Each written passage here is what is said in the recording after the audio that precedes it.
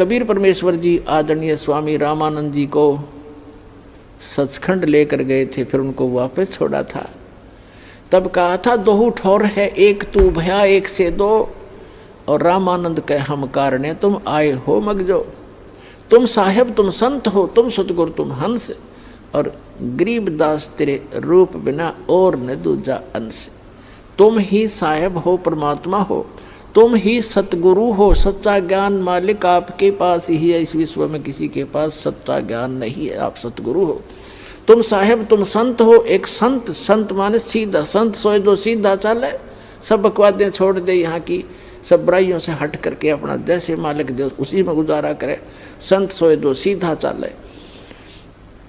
तुम साहेब तुम संत हो, तुम सतगुरु तुम हंस, यानी सब बुराइयों से बचे हुए एक सच्चे हंस, सच्चे भक्त भी आप ही ने भूमिका की है। तुम साहेब तुम संत हो, तुम सतगुरु तुम हंस, और गरीबदास तेरे रूप बिना और ने दूजा अंश।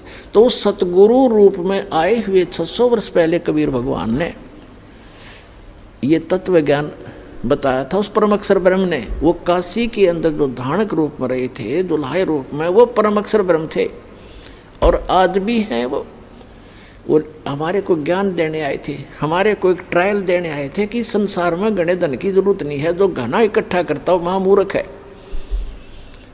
कबीर साहब कहते हैं परमात्मा आपको दे जो आपके प्रारब्ध में है, आपकी किस्मत में है, सहर स्वीकार करो, लेकिन उसको दुरुपयोग ना करो। बीड़ी शराब मांस तम्बाकू अरे तोचले बनाने पर, नाचने और गाने पर, ब्याह के अंदर बकवाद करने पर, ये दुरुपयोग है तुम्हारा।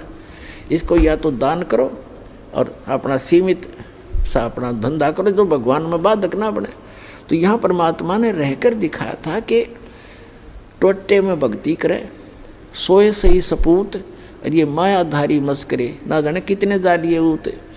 तो परमात्मा ने बताया कि एक रिहर्सल करके दिखाई दाता ने एक रोल किया कि भगत को इतना पर्याप्त है। घर तो 3.5 हाथ गणाते 4.25, कह कबीर जो घना चावे उसको नहीं विचार। फिर भी भगवान जो आपको दे रखा है उसमें संतुष्टि रखे, और केवल माया की ही डिमांड भगवान से नहीं करे। परमात्मा कोई बालक नहीं है। डॉक्टर के पास आप चले जाते हो, अब डॉक्टर को तो सारा पता है मरीज का, जब उसके दाखिल हो गया, वो एडमिट हो गया, अब मरीज अपना दर्द तो बता सके है, लेकिन डॉक्टर ने कौन सा इलाज पहले करना है वो तो डॉक्टर जानता है। अब जैसे आपका एक्सीडेंट हो गया, डॉक्टर के पास चले गए, आपका रक्त बह रहा है, ब्लड निकल रहा है, ब्लीडिंग हो रही है, उधर से आपकी टांग में पीड़ा हो रही है, तो वो डॉक्टर आप बेशक चिल्ला रहे होगे, लेकिन पहले ब्लड को रोकेगा कि ब्लड बह गया तो ये मर जाएगा, या टांग की चीज तो फिर बंद कर दूंगा। तो पहले वो ब्लड बंद करेगा ताकि आपका जीवन नाश ना हो, वो दर्द फिर हो जाए खत्म। तो इसी प्रकार आप जी यहाँ आते हो, एक परमात्मा के हॉस्पिटल में आ गए, आपके सारे दुख दूर होंगे।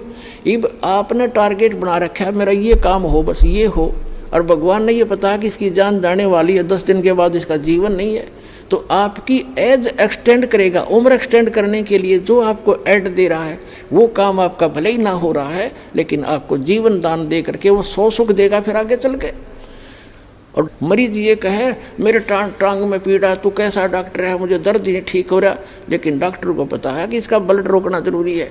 तो डॉक्टर वही काम करेगा जो आपके हित में होगा, आपकी नहीं मानेगा पहले। वो उसको मालूम है कि आप चिल्ला रहे हो, उसको मालूम है कि इसमें ऐसी पीड़ा होगी, लेकिन ये घातक नहीं है।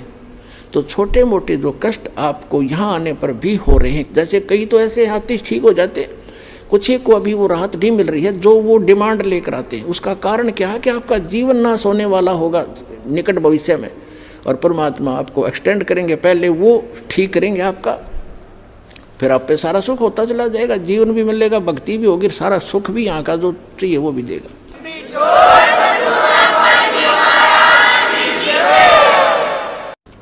तो प्रसंग चल रहा है कि हम गीता अध्याय नंबर 15 के श्लोक नंबर 1 से 4 में ये स्पष्ट किया है कि उल्टे लटके हुए संसार रूपी वृक्ष को जो जानता है स वेदवित, वो तत्वदर्शी संत है, वो वेद के तात्पर्य को जानने वाला यानी तत्व ज्ञान युक्त है। तो वो ज्ञान स्वयं भगवान ने बोला करके 600 वर्ष पहले, जिसको हम एक जुल्हा एक धानक कहा करते थे, पुण्यात्माओं, ये आपके पिता हैं, पूरे विश्व के सभी आत्माओं के हमदर्द हैं। हमारे लिए ये कैसे वेशभूषा में यहाँ रहा करते थे और कैसा रोल करते थे, और पूरे ब्रह्मांडों का संचालन भी वो एक झोंपड़ी में बैठकर किया करते थे। उसकी समर्थता से जब आप परिचित होगे तब आपको पता चलेगा सचमुच हम भगवान को छोड़कर अन्य की जो साधना कर रहे थे वो मोक्षदायक भी नहीं थी, सुखदायक भी नहीं थी। तो क्या बताया परमात्मा ने? अक्षर पुरुष एक पेड़ है जो पृथ्वी से बाहर दिखाई देता, उसको पूरे सभी विभाग सहित उसको पेड़ बोलते हैं, ट्री बोलते हैं, वृक्ष कहते हैं, दरखत कहते हैं, रूख कहते हैं। और उसकी जो नीचे का जो हिस्सा है जड़, वो प्रोक्ष है, वो गुप्त है। तो इसको उल्टा कर लीजिए, ऊपर को जो जड़ है वो संसार रूपी वृक्ष की, तो वो जड़ तो समझो पूर्ण परमात्मा है।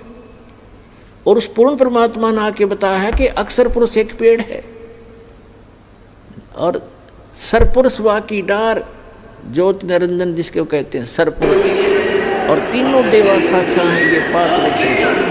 ये देखिएगा एक संसार रूपी वृक्ष का चित्र दिखाते हैं। ये पृथ्वी से बाहर जो दिखता है समझो,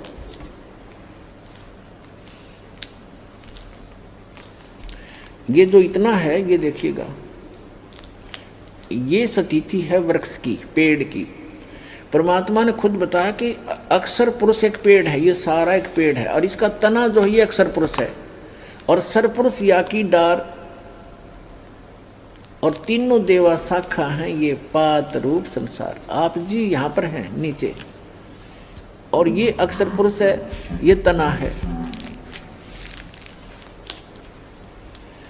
ये अक्षर पुरुष तो समझो एक तना है ये इस पेड़ का, और इससे एक मोटी डार निकली है वो सरपुरुष है, ये सरपुरुष है जिसको ब्रह्म कहते हैं, ब्रह्म। और इसके तीन पुत्र हैं, इसकी तीन शाखाएं हैं, रजगुण ब्रह्मा जी, सतगुण विष्णु जी, तमगुण शिव जी, और पात रूप संसार। अब ये तो उस परम पिता ने आके बता दिया कि अक्षर पुरुष एक पेड़ है और निरंजन वा की डार, ये सरपुरुष वा की डार, और तीनों देवा शाखा है ये पात रूप संसार। तो ये जड़ कौन है ये बताने के लिए दास को भेजा है कि ये जड़ जो है ये परम अक्षर ब्रह्म है इस संसार रूपी वृक्ष की। और वो परम अक्षर ब्रह्म कौन है? अनंत कोट ब्रह्मांड का एक रति नहीं भारे, ये सतगुरु पुरुष कबीरे हैं कुल के सिरजनहारे। ये हो परम अक्षर ब्रह्म। अपने आत्मा उस परमात्मा ने स्वयं आकर बताया कि अक्षर पुरुष एक पेड़ है, सरपुरुष वा की डार, और तीनों देवा शाखा है ये पात रूप संसार। तो गीता अध्याय नंबर 15 के श्लोक नंबर 1 में कहा कि जो संत, जो व्यक्ति संसार रूपी वृक्ष के इन सभी पार्ट्स को बता देगा, छंद को बता देगा, स वेदवित, तो वो तत्वदर्शी संत। उसके पश्चात चौथे अध्याय के 15वें अध्याय के चौथे श्लोक में कहा उसके पश्चात परमेश्वर के उस परम पद की खोज करनी चाहिए जब तत्वदर्शी संत मिल जाए। उस तत्व ज्ञान से गीता अध्याय नंबर 15 के श्लोक नंबर 1 से 4 का निष्कर्ष दास बताने जा रहा है। तीसरे में कहा है कि उस तत्व ज्ञान से इस अज्ञान रूपी गुत्थी को काट कर समझ कर उसके पश्चात परमेश्वर के उस परम पद की खोज करनी चाहिए, जहाँ जाने के बाद साधक फिर लौटकर कभी संसार में नहीं आते। और गीता ज्ञानदाता कहता है कि जिस परमेश्वर से संसार रूपी वृक्ष की ये प्रवृत्ति विस्तार को प्राप्त हुई है, यानी जिसने सब ब्रह्मांडों की रचना की है, केवल उसकी भक्ति करना और की नहीं। अपनी भी भक्ति को मना करता है, तुझे मोक्ष चाहिए, वहां जाना चाहता है, जहां जाने के बाद लौटकर साधक फिर संसार में कभी नहीं आते।